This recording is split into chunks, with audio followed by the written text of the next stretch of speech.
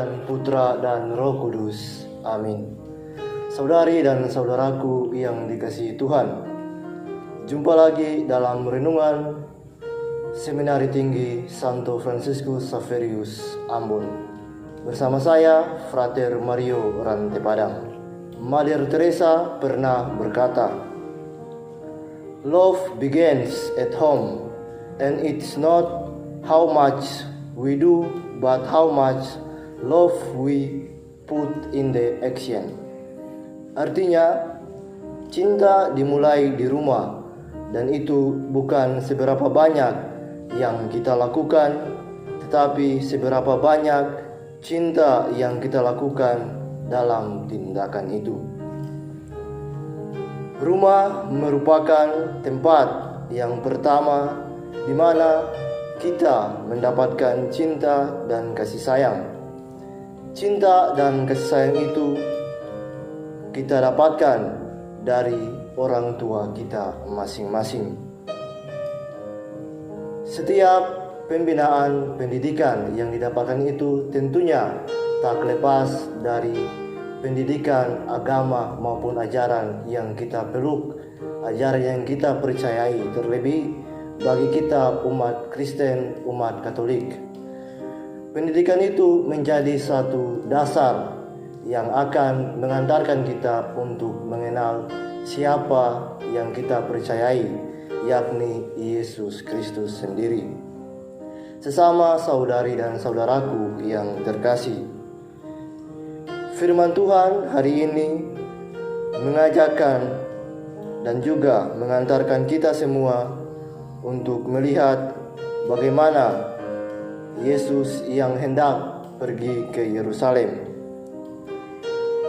Yesus yang ingin masuk ke daerah Yerusalem, dia terlebih dahulu masuk melalui daerah Samaria. Tetapi apa yang terjadi? Kemudian dia ditolak oleh orang-orang yang ada di sana. Melihat peristiwa itu, para muridnya yaitu Yakobus dan Yohanes tidak menerima dan mereka tampak sangat kesal. Sehingga tampaklah rasa marah dan jengkel, bahkan mereka ingin orang Samaria itu binasa.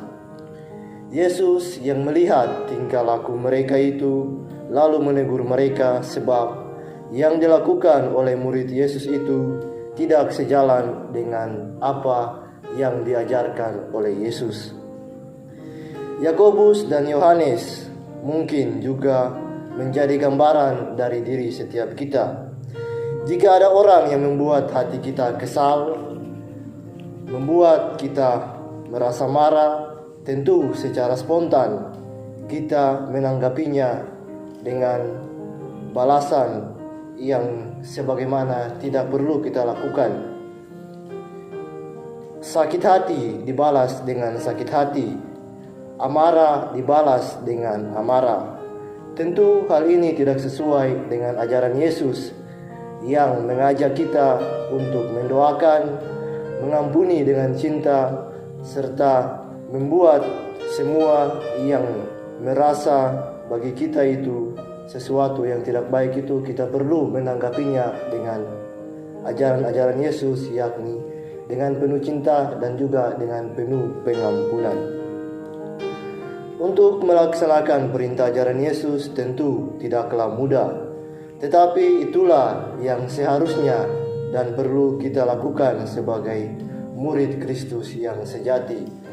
Tentu kita mengalami pengalaman-pengalaman yang kadang membuat diri kita merasa menjauh dari orang-orang. Tetapi setiap pengalaman itu perlulah kita melihat dalam jalan iman, di mana Yesus sudah menunjukkan teladan itu. Dia mengampuni orang yang membuat jahat, bahkan sebagaimana ketika dia disalibkan, dia mengampuni para prajurit yang membunuh dia. Saudari dan saudaraku yang dikasihi Kristus, hidup yang baik tidak hanya ditunjukkan untuk orang-orang yang baik atau untuk orang-orang yang seiman dengan kita, tetapi hidup yang baik itu perlulah kita melaksanakan ajaran cinta kasih dari Yesus itu di dalam setiap tindakan kita. Bukan hanya kata-kata yang hampa, kata-kata yang membuat orang merasa senang, tetapi perlulah kita lakukan di dalam tindakan yang nyata. Sederhana saja, ketika kita mengatakan kita akan berbuat sesuatu, maka lakukanlah itu. Maka dengan demikian kita sudah melaksanakan cinta dan juga sudah melaksanakan perintah Yesus. Maka saudara dan saudari yang terkasih, melalui permenungan dan melalui firman Tuhan pada kesempatan ini, Tuhan mengajak kita untuk tetap teguh dan kuat dalam memelihara iman kita.